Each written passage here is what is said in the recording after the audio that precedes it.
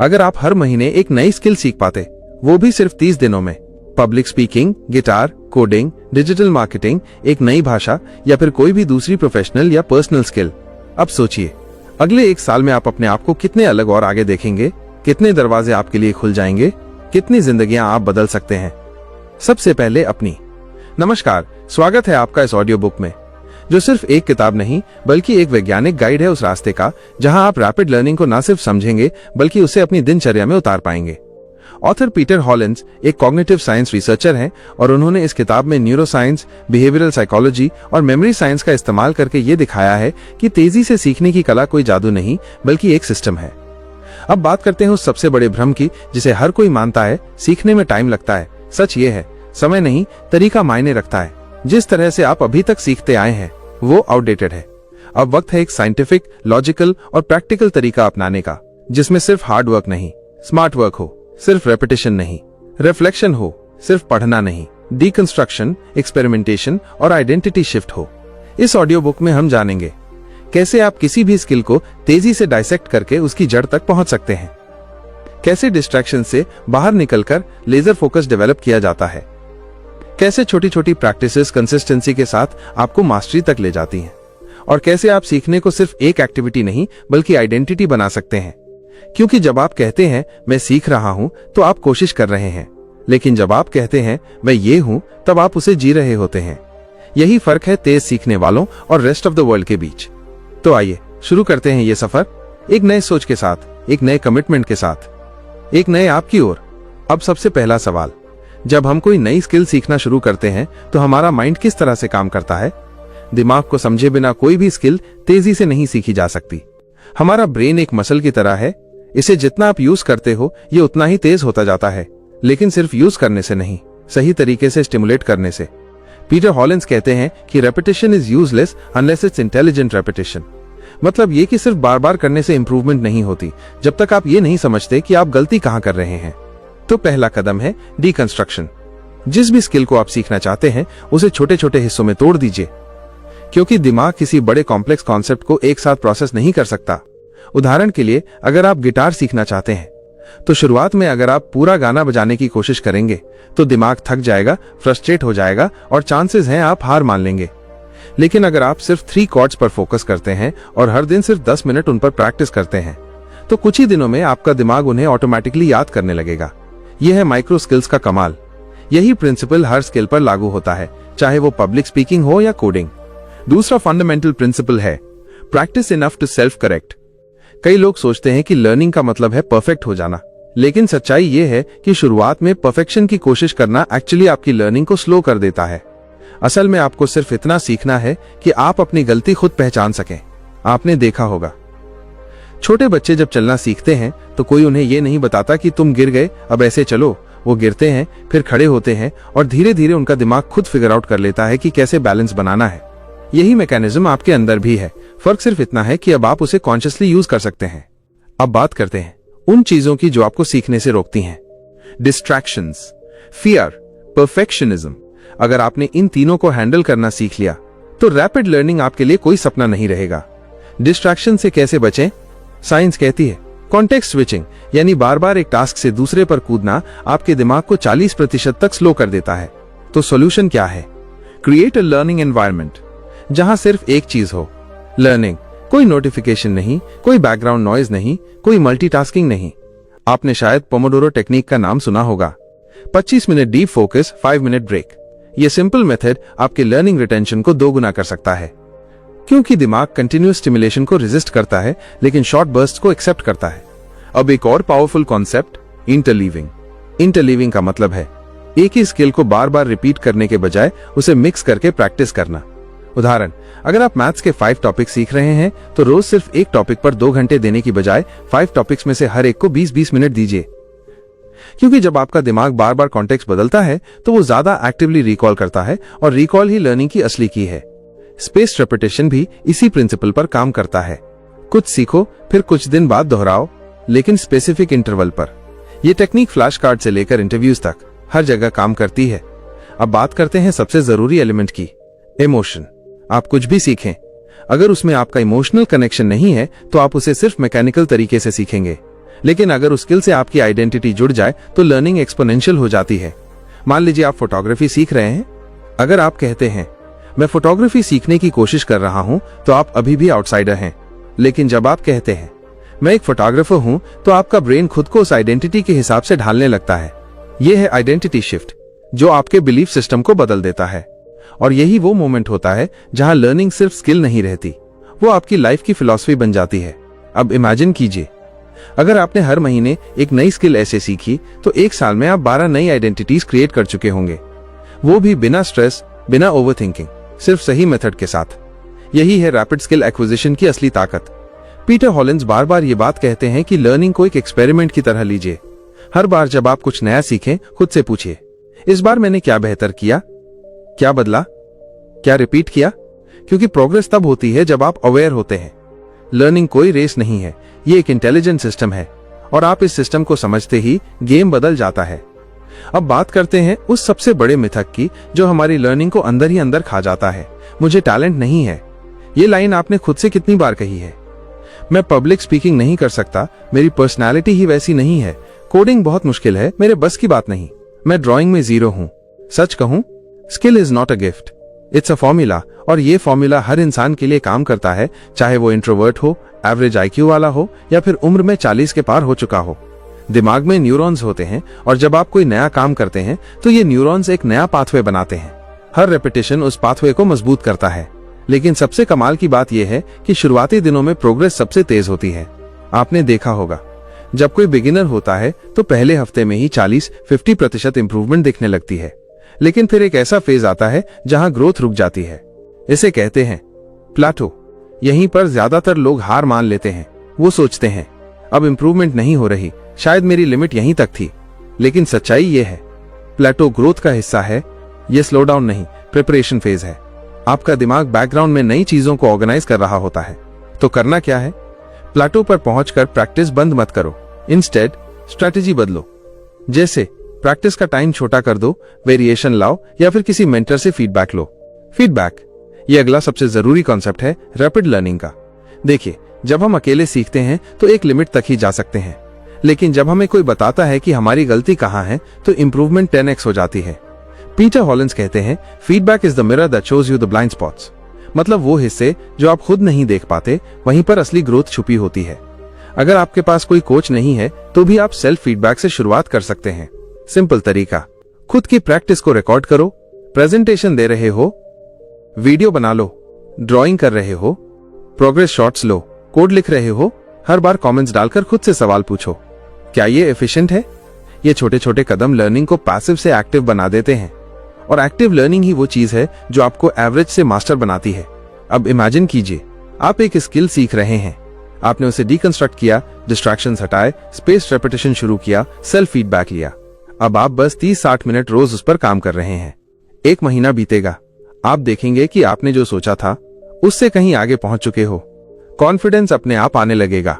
दूसरे लोग आपसे पूछेंगे, यार ये तुमने इतनी जल्दी कैसे सीखा? और आप मुस्कुराओगे, क्योंकि अब आपको फॉर्मूला पता है। अब एक और चीज जो शायद सबसे अंडररेटेड है, लेकिन सबसे ज्यादा पावरफुल भी, विजुअलाइजेशन।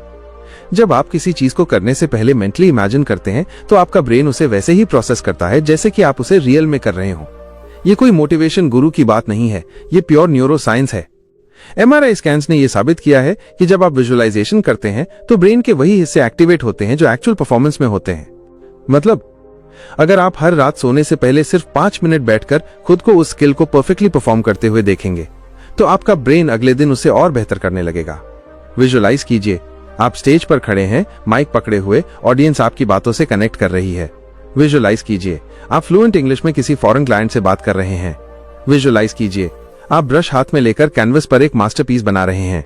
यह सिर्फ सपना नहीं है, यह मेंटल प्रोग्रामिंग है।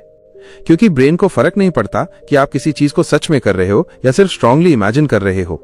अब सोचिए, जब आप विजुअलाइजेशन को एक्चुअल प्रैक्टिस के साथ कंबाइन करते हैं तो क्या होगा? बूस्टेड रिटेंशन, बेटर कॉन्फिडेंस और फास्टर प्रोग्रेस। अब यहां एक और पावरफुल टेक्निक आती है, डेलिब्रेट प्रैक्टिस। डेलिब्रेट प्रैक्टिस का मतलब होता है सिर्फ प्रैक्टिस करना नहीं, बल्कि जरूरत वाली चीजों पर फोकस्ड एफर्ट डालना। जैसे अगर आप एक गाना गिटार पर बजा रहे हो और उसमें सिर्फ एक ही जगह बार बार गड़बड़ हो रही है, तो पूरा गाना बार बार बजाने का कोई फायदा नहीं। आपको उस स्पेसिफिक पार्ट को आइसोलेट करके बार बार सुधारना है। यहाँ क्वांटिटी नहीं, क्वालिटी काम करती है। हर बार जब आप डिलिबरेट प्रैक्टिस करते हैं तो आपका ब्रेन कहता है, ओह ये इंपॉर्टेंट है, और वो न्यूरल सर्किट्स और तेजी से बनते हैं।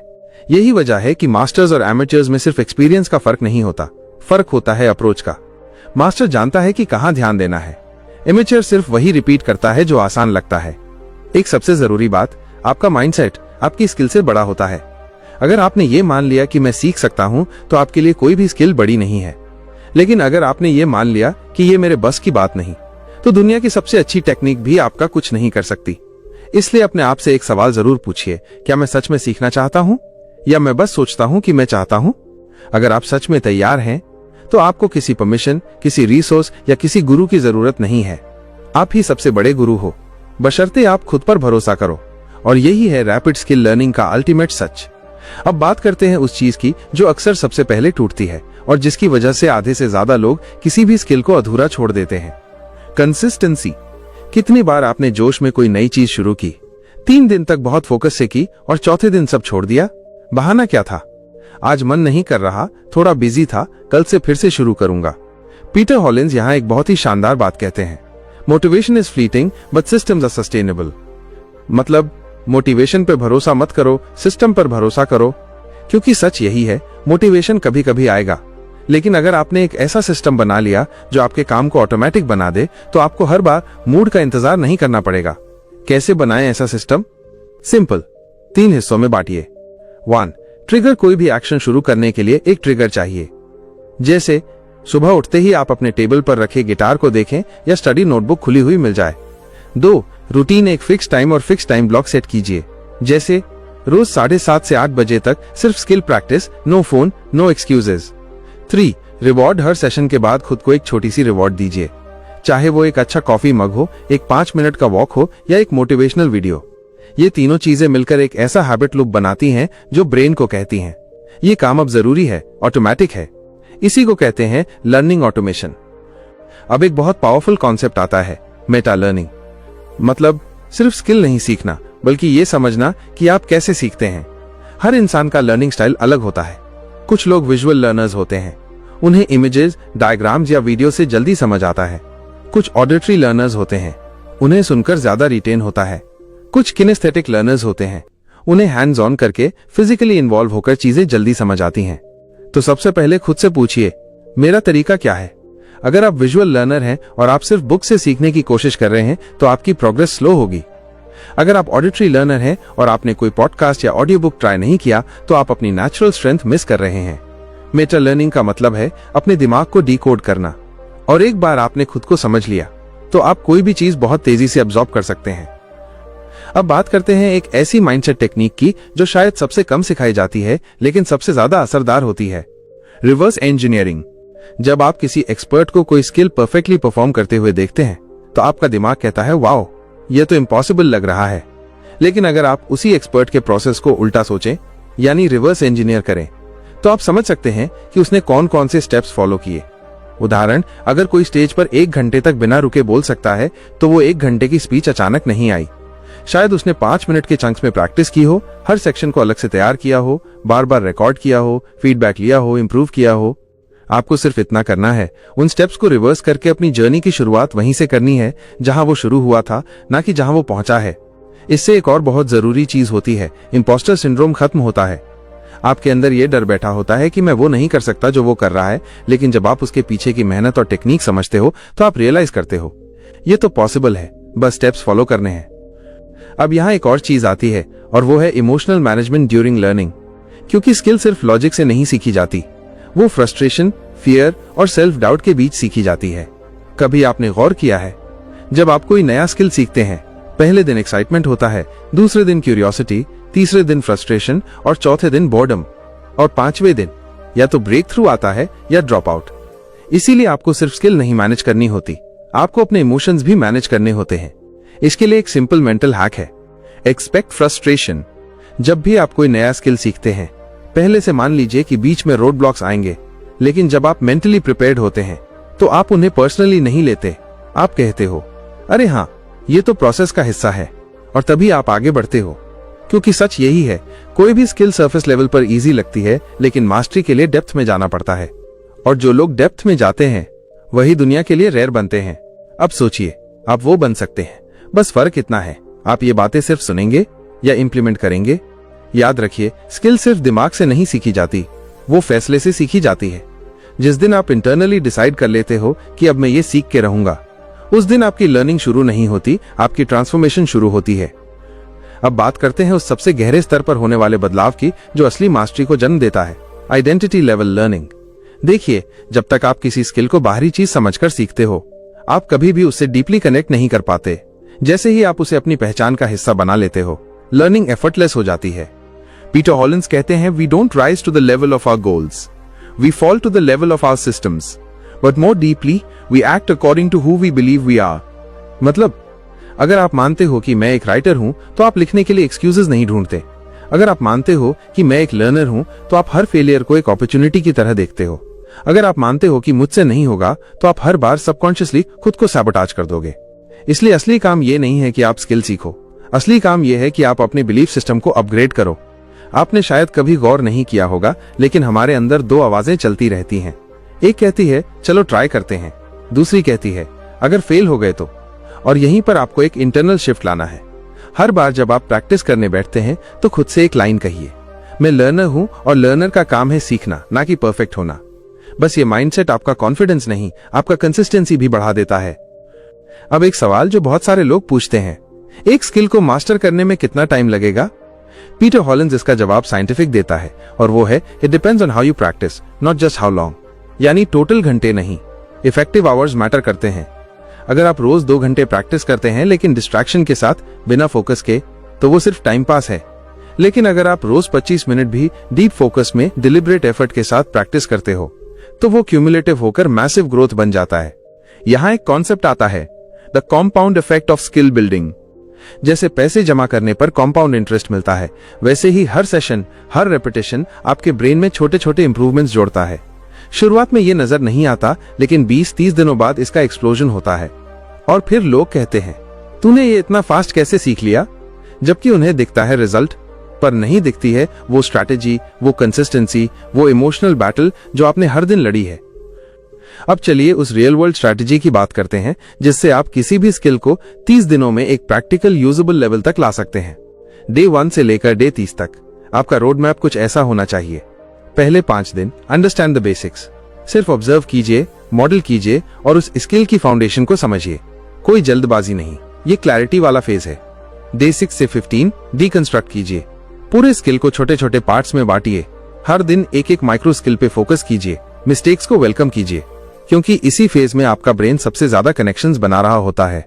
डे 16 से 25 कंबाइन एंड अप्लाई। अब उन माइक्रो स्किल्स को एक साथ जोड़िए, रियल वर्ल्ड टास्क्स पर लगाइए। अगर आप इंग्लिश बोलना सीख रहे हैं, तो अब कॉन्वर्जेशंस में उतर जाइए। अगर आप डिजाइन सीख रहे हैं, तो छोटे प्रोजेक्ट्स लीजिए। डे 26 से 30 रिव्यू, रिफ्लेक्ट एंड रिफाइन। अब अपनी प्रोग्रेस को ऑब्जेक्टिवली देखिए, क्या आया, क्या नहीं आया, क्या छोड़ा जा सकता है और क्या नेक्स्ट लेवल पर ले जाना है। यह है वो कॉम्पैक्ट सिस्टम जो किसी भी स्किल को सोचने से करने में बदल देता है। लेकिन यहाँ एक और चीज है जो अक्सर ओवरलुक्ड होती है, लर्निंग का इमोशनल इकोसिस्टम। मतलब आपके आसपास का एनवायरनमेंट आपकी लर्निंग की स्पीड तय करता है।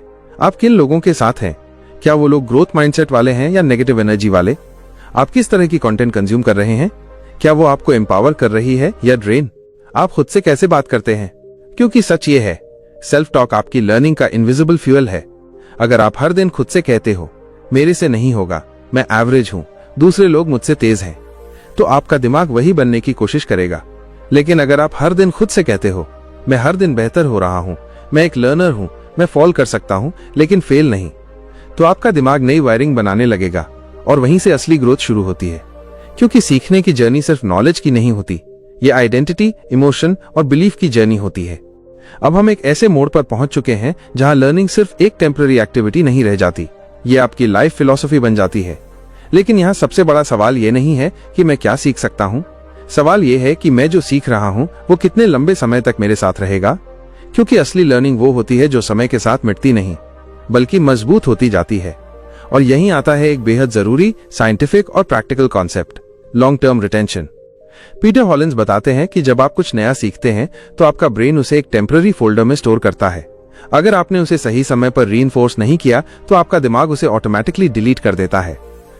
क्योंकि ब्रेन हर चीज को जरूरी नहीं मानता, वो सिर्फ उसी इंफॉर्मेशन को रिटेन करता है जो बार बार सामने आती है और जो इमोशनली रेलेवेंट लगती है। तो आपको अपने दिमाग को यह सिग्नल देना होता है कि ये इंफॉर्मेशन जरूरी है। कैसे? 2 तरीकों से।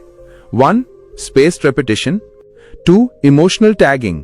स्पेस्ड रेपिटेशन का मतलब है आपने जो सीखा है उसे खास इंटरवल्स पर रिवाइज करना। डे 1 को कुछ नया सीखा, डे 3 को दोहराया, डे 7 को फिर से रिकॉल किया, डे 14, डे 30। हर बार जब आप किसी कॉन्सेप्ट को इस तरह रिकॉल करते हैं वो डीपर मेमोरी में एम्बेड हो जाता है। अब इमोशनल टैगिंग की बात करें तो जब आप किसी इंफॉर्मेशन से एक भावना जोड़ देते हो तो वो आपके दिमाग में परमानेंट एंट्री ले लेती है। उदाहरण के लिए, अगर आपने इंग्लिश बोलते हुए स्टेज पर इंसल्ट झेली है तो वो पल शायद आपको सालों तक याद रहेगा, क्योंकि उसके साथ एक इंटेंस इमोशन जुड़ा था, शेम, एम्बैरेसमेंट या गिल्ट। अब सोचिए, अगर आप लर्निंग को भी एक्साइटमेंट, क्यूरियोसिटी या प्राइड के साथ जोड़ें तो वो कितनी मजबूती से आपकी मेमोरी में चिपक जाएगी। इसलिए हर बार जब आप प्रैक्टिस करें तो अपने इमोशन को कॉन्शियसली एक्टिवेट कीजिए। खुद से कहिए, ये मेरे लिए क्यों इंपॉर्टेंट है, मैं ये क्यों सीख रहा हूं, मुझे इसे सीख कर क्या महसूस होगा। इमोशन एक बूस्टर है और लॉजिक उसका इंजन। अब बात करते हैं एक और जबरदस्त कॉग्निटिव प्रिंसिपल की, द ज़ेगानिक इफेक्ट। ये कहता है कि हमारा दिमाग अधूरी चीजों को ज्यादा स्ट्रांगली याद रखता है बनिस्बत पूरी हुई चीजों के।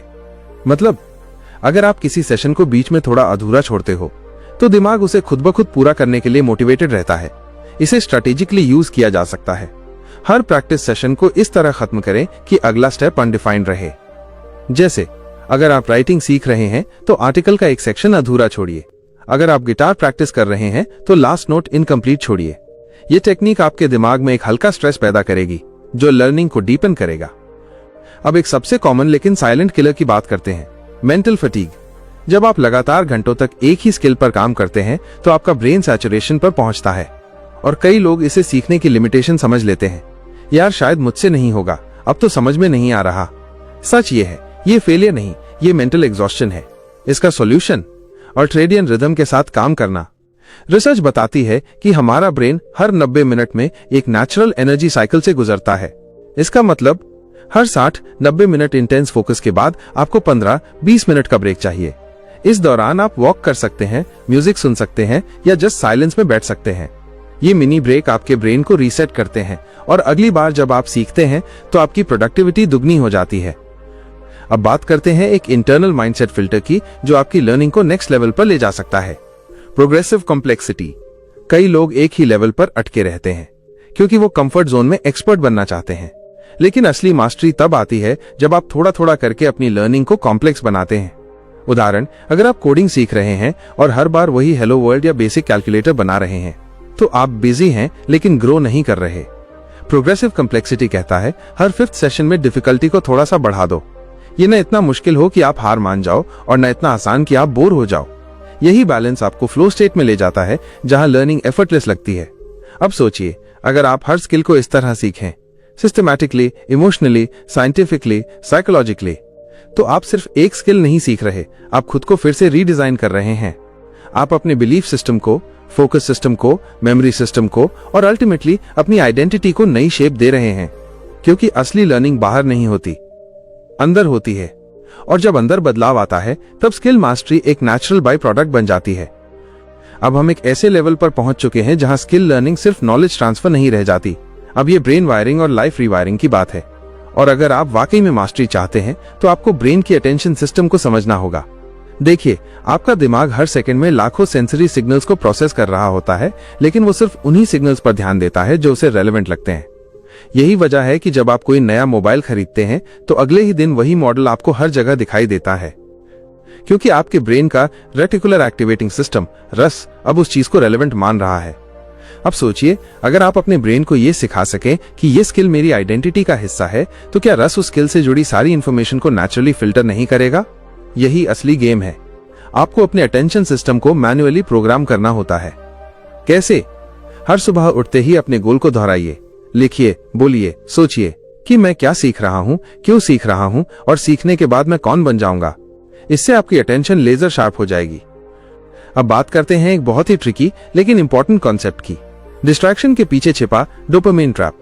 हम सभी जानते हैं कि मोबाइल फोन, सोशल मीडिया और इंस्टेंट ग्रेटिफिकेशन हमारी लर्निंग की सबसे बड़ी दुश्मन है। लेकिन सवाल यह है क्यों? क्योंकि लर्निंग एक स्लो रिवॉर्ड प्रोसेस है और इंस्टाग्राम, शॉर्ट्स या स्क्रॉलिंग ये सब इंस्टेंट रिवॉर्ड सिस्टम्स हैं। हर बार जब आप एक रील देखते हैं या कोई नोटिफिकेशन पर क्लिक करते हैं तो आपका ब्रेन डोपामाइन रिलीज करता है। डोपामाइन एक वांटिंग केमिकल है, ये प्लेजर नहीं देता, ये क्रेविंग देता है। और जब आपका ब्रेन इस चीप डोपामाइन का आदी हो जाता है तो डीप वर्क, सीरियस लर्निंग जैसी चीजें बोरिंग लगने लगती हैं। इसलिए आपको अपना डोपामाइन सिस्टम रीसेट करना पड़ता है। Simple steps. हर सुबह 30 मिनट कोई भी स्क्रीन यूज ना करें। डोपामाइन डिटॉक्स के लिए हफ्ते में एक दिन सिर्फ एनालॉग एक्टिविटीज करें, बिना फोन, बिना इंटरनेट। हर बार जब अर्ज आए डिस्ट्रैक्ट होने की तो बस 10 सेकंड का पॉज लीजिए, गहरी सांस लीजिए और एक्शन लेने से पहले सोचिए। ये छोटे छोटे हैबिट्स आपके ब्रेन केमिस्ट्री को रिवायर करते हैं। और जब आपका डोपामाइन सिस्टम बैलेंस में आता है तो आपकी कंसंट्रेशन बढ़ती है, आपकी इंपल्स कंट्रोल इंप्रूव होती है और आपकी विल पावर कई गुना तक बढ़ जाती है। अब इमेजिन कीजिए, जब आपके पास फोकस है, इमोशन है, आइडेंटिटी है और स्ट्रैटेजी है, तो क्या कोई भी स्किल वाकई में मुश्किल रह जाती है? बिल्कुल नहीं। अब बात करते हैं एक और एडवांस्ड मेंटल मॉडल की, interleaved practice VS blocked practice. Blocked practice का मतलब होता है एक ही तरह के टास्क को बार बार प्रैक्टिस करना, एक ही सेंटेंस बार बार लिखना या एक ही कॉर्ड बार बार बजाना। इंटरलीव्ड प्रैक्टिस का मतलब होता है मल्टीपल रिलेटेड टास्क्स को मिक्स करना, जैसे एक सेशन में अलग अलग टाइप्स के सेंटेंसेस लिखना या अलग अलग कॉर्ड्स और प्रोग्रेशंस को प्रैक्टिस करना। अब साइंस क्या कहती है? ब्लॉक प्रैक्टिस शॉर्ट टर्म में फास्ट लगता है लेकिन वो लर्निंग को फ्रेजाइल बनाता है। इंटरलीव्ड प्रैक्टिस थोड़ा टफ लगता है लेकिन वो लॉन्ग टर्म रिटेंशन और ट्रांसफरेबिलिटी को ड्रामेटिकली इंप्रूव करता है। पीटर हॉलिंस यही सजेस्ट करते हैं, प्रैक्टिस को थोड़ा अनप्रेडिक्टेबल बनाइए। जब ब्रेन को पैटर्न नहीं मिलता तब वो सबसे ज्यादा एंगेज करता है। इसीलिए चैलेंज आपकी प्रोडक्टिविटी को किल नहीं करता, वो एक्चुअली उसे एक्सेलरेट करता है। अब बात करते हैं एक ऐसे माइंडसेट की जो आपको हर फेलियर के बाद वापस उठने की ताकत देता है, एंटी फ्रेजाइल लर्निंग।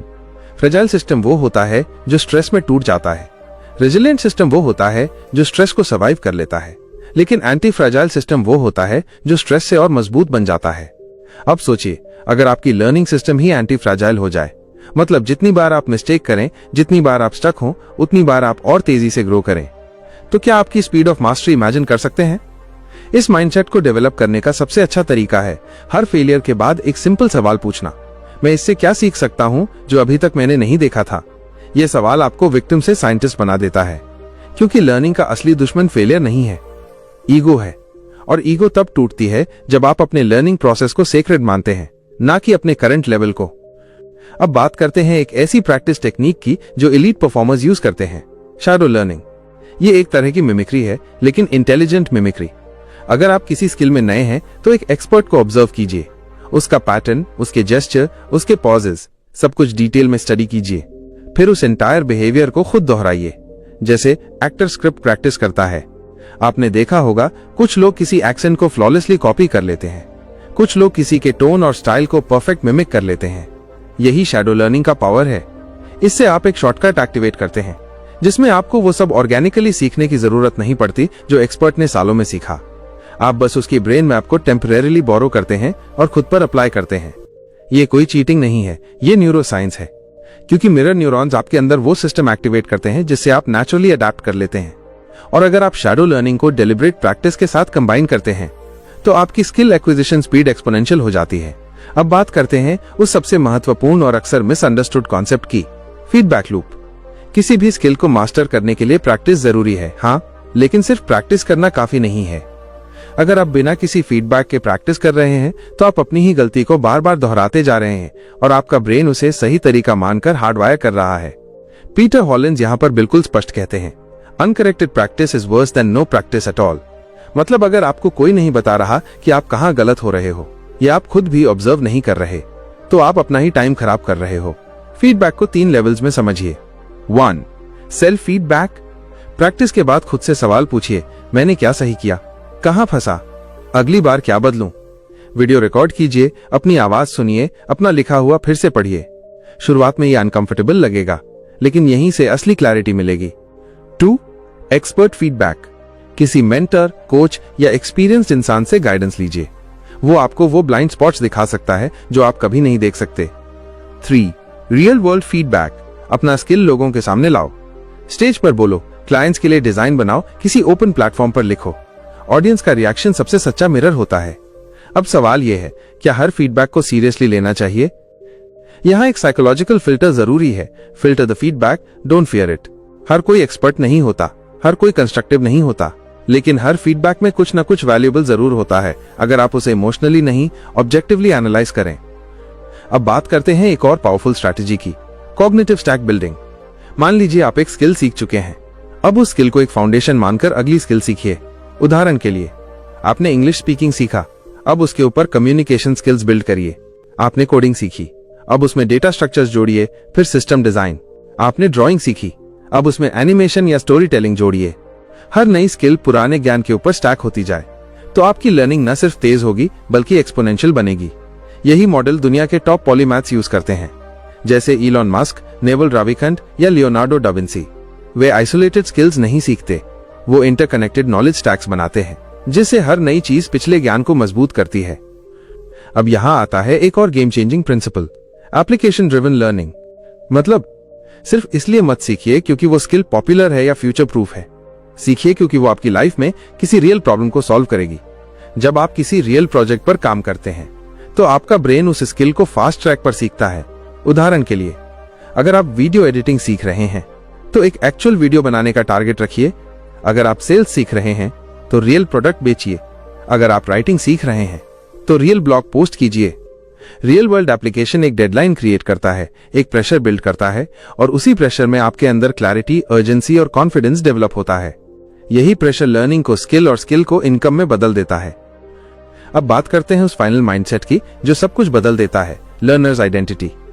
जब आप बार बार खुद से कहते हैं, मैं फास्ट लर्नर नहीं हूं, मुझे समझने में टाइम लगता है, मेरे दिमाग में चीजें टिकती नहीं है, तो आप खुद की आइडेंटिटी एक स्लो लर्नर की बना लेते हैं। और ब्रेन आइडेंटिटी के खिलाफ काम नहीं करता, वो वही बनने की कोशिश करता है जो आप खुद को मानते हैं। तो आपको कॉन्शियसली अपनी इंटरनल लैंग्वेज बदलनी होगी। हर बार जब आप कुछ सीखें तो खुद से कहिए, मैं वो इंसान हूं जो रोज सीखता है, रोज बेहतर होता है। मेरी कंसिस्टेंसी मेरी सुपर पावर है। मेरी मेहनत मेरे दिमाग को तेज बनाती है। ये सिर्फ अफर्मेशंस नहीं है, ये आपकी न्यूरल आर्किटेक्चर बदलने वाली इंस्ट्रक्शंस हैं। और जब आप अपनी आइडेंटिटी को लर्नर की तरह डिजाइन करते हैं, तब सीखना एक स्ट्रगल नहीं, एक इंस्टिंक्ट बन जाता है। और आखिर में सबसे जरूरी बात, कोई भी स्किल सीखना सिर्फ एक्सटर्नल सक्सेस के लिए नहीं होता। यह आपके अंदर की शक्ति को अनलॉक करने का तरीका है। आप खुद को यह साबित कर रहे होते हो कि मैं बदल सकता हूं, मैं ग्रो कर सकता हूं, मैं वो सब कुछ बन सकता हूं जो मैं बनना चाहता हूं। और यही वो माइंडसेट है जो आपको अनस्टॉपेबल बनाता है। अब हम एक ऐसी जगह पर आ चुके हैं जहां सीखना सिर्फ काम या करियर तक सीमित नहीं है, बल्कि ये आपकी आंतरिक शक्ति, माइंडसेट और पॉसिबिलिटी का विस्तार बन चुका है। और अब हम बात करने वाले हैं उन मेथड्स की जो आपकी लर्निंग स्पीड को 10x तक एक्सेलरेट कर सकते हैं।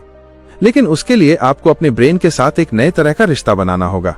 शुरुआत करते हैं सबसे जरूरी चीज से, focused vs diffuse thinking. Peter Hollins के अनुसार आपका दिमाग 2 मोड्स में काम करता है। 1. फोकस्ड मोड, जब आप एक टॉपिक पे पूरा ध्यान लगा के गहराई से सोचते हैं, कुछ सॉल्व करते हैं, कोई कॉन्सेप्ट समझते हैं। 2. डिफ्यूज्ड मोड, जब आप रिलैक्स्ड होते हैं, वॉक कर रहे होते हैं, नहा रहे होते हैं या म्यूजिक सुन रहे होते हैं और अचानक कोई आइडिया दिमाग में आता है। अब ज्यादातर लोग सोचते हैं कि सिर्फ फोकस्ड मोड ही काम करता है, लेकिन सच ये है, लर्निंग तब गहराई पकड़ती है जब ये दोनों मोड्स ऑल्टरनेट करते हैं। इसका मतलब, अगर आप एक कॉन्सेप्ट को 40 मिनट डीप फोकस में समझने की कोशिश करते हैं तो उसके बाद 15-20 मिनट का डिफ्यूज्ड मोड जरूरी है, ताकि ब्रेन उस जानकारी को डाइजेस्ट और इंटरनलाइज कर सके। इससे लर्निंग अंदर जाकर इनसाइट बनती है। इसलिए जब आप लगातार सीखते हैं तो बीच बीच में सोचना छोड़िए, वॉक पर जाइए, नेचर में देखिए, म्यूजिक सुनिए, क्योंकि वहीं से ब्रेन नए न्यूरल कनेक्शंस बनाना शुरू करता है। अब बात करते हैं एक कॉग्निटिव सुपर पावर की, मेंटल मॉडल्स। मेंटल मॉडल्स क्या होते हैं? ये दिमाग के ऐसे फ्रेमवर्क्स होते हैं जो कॉम्प्लेक्स चीजों को समझने में मदद करते हैं। ये फिल्टर्स होते हैं जिनसे होकर हम रियलिटी को प्रोसेस करते हैं। जैसे first principles thinking, Elon Musk का पसंदीदा।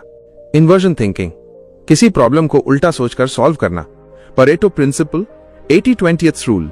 सेकेंड ऑर्डर थिंकिंग, किसी एक्शन के लॉन्ग टर्म परिणाम समझना। अब सोचिए, अगर आप हर बार कोई स्किल या कॉन्सेप्ट इन मेंटल मॉडल्स के लेंस से देखेंगे तो आपकी अंडरस्टैंडिंग गहरी नहीं होगी क्या? पीटर हॉलिंस यही कहते हैं, the smarter you think the faster you learn. मतलब ये नहीं कि आपको IQ बढ़ाना है, मतलब ये है कि आपको अपनी थिंकिंग को स्मार्टर बनाना है।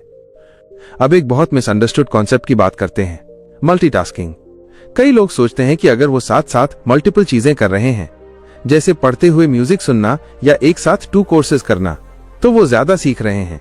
लेकिन न्यूरोसाइंस क्या कहता है, हर बार जब आप कॉन्टेक्स्ट स्विच करते हैं, यानी एक टास्क से दूसरे में जाते हैं, तो ब्रेन को दोबारा रीसेट होने में 20 से 25 मिनट लगते हैं।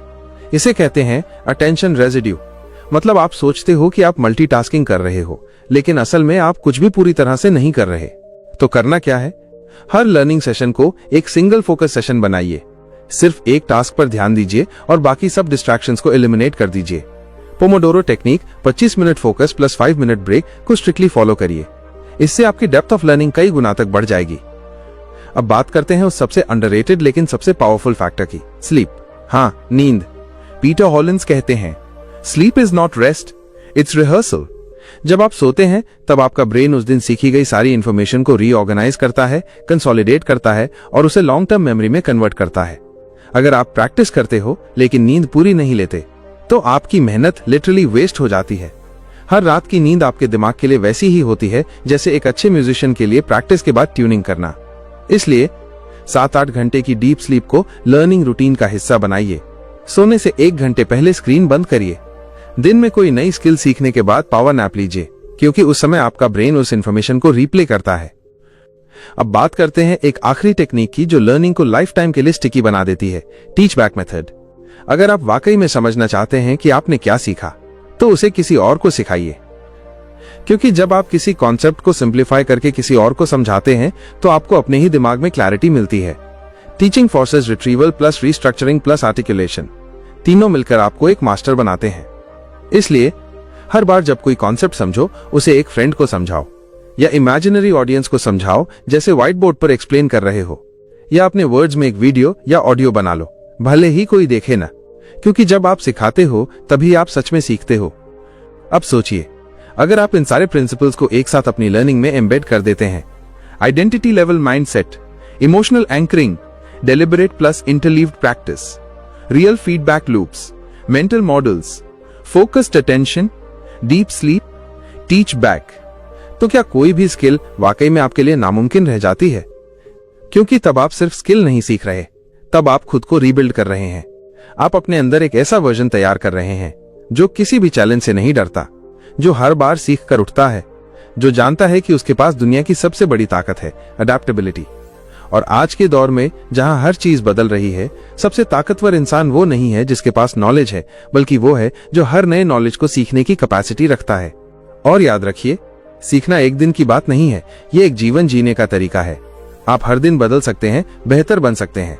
बस एक शर्त है, आप रुके नहीं। अगर आपको ये सीखने की यात्रा वैल्यूएबल लगी हो, अगर आपको लगा हो कि हाँ, अब मैं किसी भी स्किल को तेजी से सीख सकता हूँ, समझ सकता हूँ, मास्टर कर सकता हूँ, तो इस ऑडियो बुक को लाइक जरूर कीजिए। आपके एक लाइक से पता चलता है कि हम सही दिशा में काम कर रहे हैं। अगर कोई ऐसा दोस्त है जो बार बार कोशिश करता है लेकिन हार मान लेता है, तो इस ऑडियो बुक को उस तक जरूर भेजिए, क्योंकि हो सकता है यही उसकी जिंदगी बदल दे।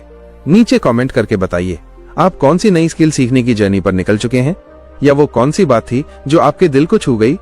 और अगर आप चाहते हैं ऐसी और डीप, पावरफुल और साइंटिफिकली बैक्ड लर्निंग वीडियो, तो चैनल को सब्सक्राइब जरूर कीजिए, क्योंकि यहाँ बात सिर्फ जानकारी की नहीं होती, यहाँ बात होती है ट्रांसफॉर्मेशन की। आपके साथ हम फिर मिलेंगे, एक नई सोच, एक नई स्ट्रैटेजी और एक नई स्किल के साथ। तब तक के लिए सीखते रहिए, बढ़ते रहिए, क्योंकि रुकना अब मुमकिन नहीं। आपका समय आया है।